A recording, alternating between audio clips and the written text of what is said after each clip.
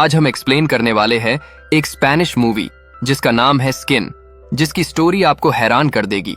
तो मूवी की शुरुआत में हमें एक लड़की दिखाई जाती है जिसका नाम सामंथा होता है, जो अपनी लाइफ से काफी ज्यादा दुखी है क्योंकि उसका एनस चेहरे पर था और मुंह उसके एनस पर, मतलब उसका प्राइवेट पार्ट उसके मुंह पर था और मुंह उसके प्राइवेट पार्ट पर।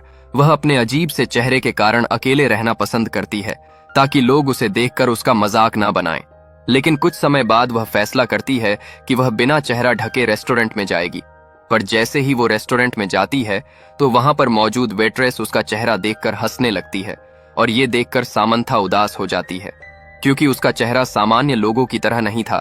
और रेस्टोरेंट में आने से पहले सामंथा ने इंस्टाग्राम पर एक फोटो अपलोड की थी, लेकिन इंस्टाग्राम ने फोटो को हटा दिया और वजह ये थी कि उसकी ये फोटो न्यूडिटी को शो कर रही है, यानी फोटो में नंगापन था। जिसके बाद वेट्रेस सामंथा के लिए वार्म सूप लेकर आती है।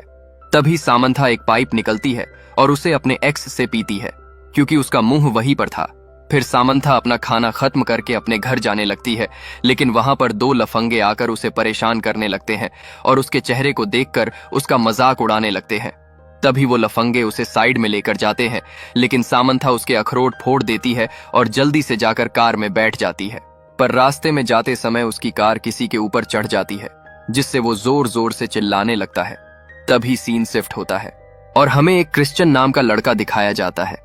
वह बहुत ज्यादा उदास होता है क्योंकि उसे डिसऑर्डर होता है और उसके पिता उसे बचपन में ही छोड़कर चले गए थे, जिस कारण उसे अपने पिता के बारे में कुछ भी याद नहीं होता। शिवाय उसके हाथ पर बने मरमेड के टैटू के उसके पैर बिल्कुल ठीक होते हैं, लेकिन उसे लगता है कि ये पैर उसके नहीं है क्योंकि असल में वो एक जलपरी बनना चाहता था, इसलिए वो अपना ज्यादातर टाइम व्हील चेयर पर ही व्यतीत करता है। उसकी बीमारी की वजह से क्रिश्चियन की माँ उसे एक थेरेपिस्ट के पास लेकर जाती है। वहां पर वो अपनी माँ से बहस करने लगता है और इसी बहस के बीच उसकी माँ उसे व्हील चेयर से नीचे गिरा देती है। पर तभी उसकी टांगों से खून निकलना शुरू हो जाता है। फिर उसकी माँ थेरेपिस्ट के सामने ही उसकी पेंट को नीचे कर देती है, जिससे उसकी टांगों पर बहुत सारे घाव दिखाई देते हैं जो कि उसने खुद ही किए थे। क्रिश्चियन को काफी ज्यादा अजीब लगता है, इसलिए वो वहां से भाग जाता है क्योंकि वो अपने पैरों से छुटकारा पाना चाहता था। जिसके बाद वो डस्टबिन के बीच लेट जाता है और अपने पैरों को रोड पर बिछा देता है ताकि कोई कार उसके पैर के ऊपर से चली जाए, जिससे उसे हमेशा हमेशा के लिए पैरों से छुटकारा मिल जाए। तभी हम देखते हैं कि सामंथा ने जिसके ऊपर कार चढ़ाई वो असल में क्रिश्चियन ही था और क्रिश्चियन सामंथा की तरफ देखकर हल्की सी स्माइल करता है। लेकिन दूसरी तरफ सामंथा काफी ज्यादा हैरान होती है क्योंकि उसके चेहरे के हाव भाव बता रहे थे कि वो काफी ज्यादा घबरा गई है और तभी क्रिश्चियन की मौत हो जाती है। अब सामंथा अपने घर जाती है।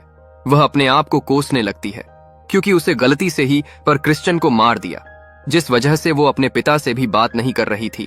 और अब सामंथा का जन्मदिन होता है।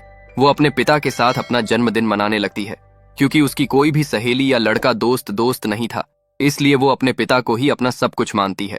अब सामंथा अपना केक काटने लगती है, लेकिन तभी टीवी पर न्यूज चलती है कि एक कार वाले ने लड़के को टक्कर मार दी और टक्कर मारने के बाद वो यहाँ से भाग गया।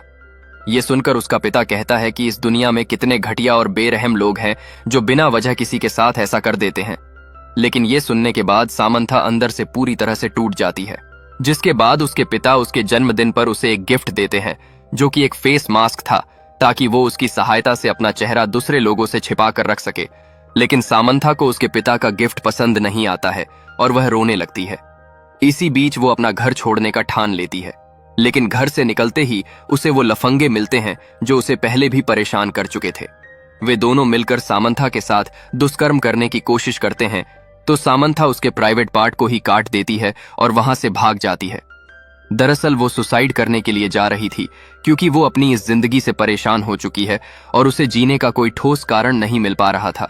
पर जैसे ही वो ब्रिज से कूदने लगती है तो वहीं पर बेहोश हो जाती है। तभी सीन चेंज होता है और हमें इशाक नाम का लड़का दिखाया जाता है जो अपनी गर्लफ्रेंड की फोटो को देखकर हाथ गर्म कर रहा था। लेकिन उसकी गर्लफ्रेंड भी एक बीमारी की शिकार थी, जिसकी वजह से उसका चेहरा सामान्य नहीं होता। पर पीछे से इशाक की माँ आ जाती है और अपने बेटे को ऐसी हालत में देखकर बेहोश हो जाती है। दरअसल उसे एक पैनिक अटैक आया था क्योंकि उसकी माँ उससे खुश नहीं थी कि वो एक असामान्य लड़की से प्यार करता है, इसलिए वो इशाक को घर से बाहर निकाल देती है।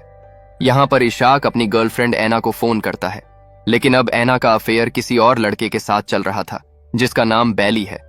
वह भी काफी ज्यादा अजीब सा था।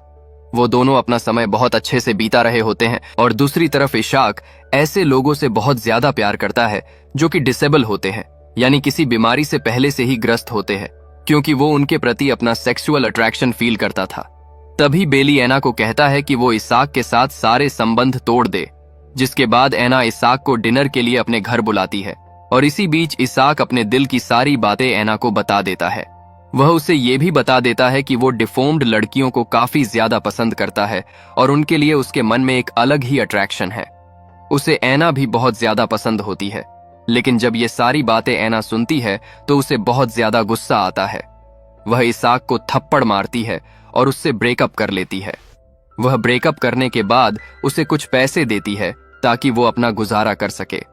लेकिन डिप्रेशन में इसाक ब्रिज पर चला जाता है और खुदकुशी करने की सोचता है, पर तभी उसे एक फोन की रिंग सुनाई देती है जो कि सामंथा के फोन की थी, जिसमें उसके पिता का कॉल आ रहा था। इसाक उसका फोन उठाता है पर सामंथा भी उठ जाती है, लेकिन जैसे ही इसाक उसके चेहरे को देखता है तो उसे पहली नजर में समांथा से प्यार हो जाता है। उसके बाद इसाक समांथा को उसके घर लेकर जाता है। समांथा के पिता इसाक को इसके लिए धन्यवाद करते हैं। समांथा टीवी पर क्रिश्चियन की मौत की खबर सुनती है और अंदर से राहत महसूस करती है कि वो पहले से ही सुसाइड करना चाहता था, मेरी वजह से वो नहीं मरा। लेकिन दूसरी तरफ इसाक को समांथा से प्यार था, पर इसी बीच समांथा को भी इसाक से प्यार होने लगता है और दोनों किस करके अपनी खुशी जाहिर करते हैं। मूवी के आखिर में हमें क्रिश्चियन दिखाया जाता है जो काफी ज्यादा खुश है और मरने के बाद वो मरमेड बन चुका था। और इसके साथ ये मूवी यहीं पर खत्म हो जाती है। आपको ये मूवी कैसी लगी कमेंट में जरूर बताएं।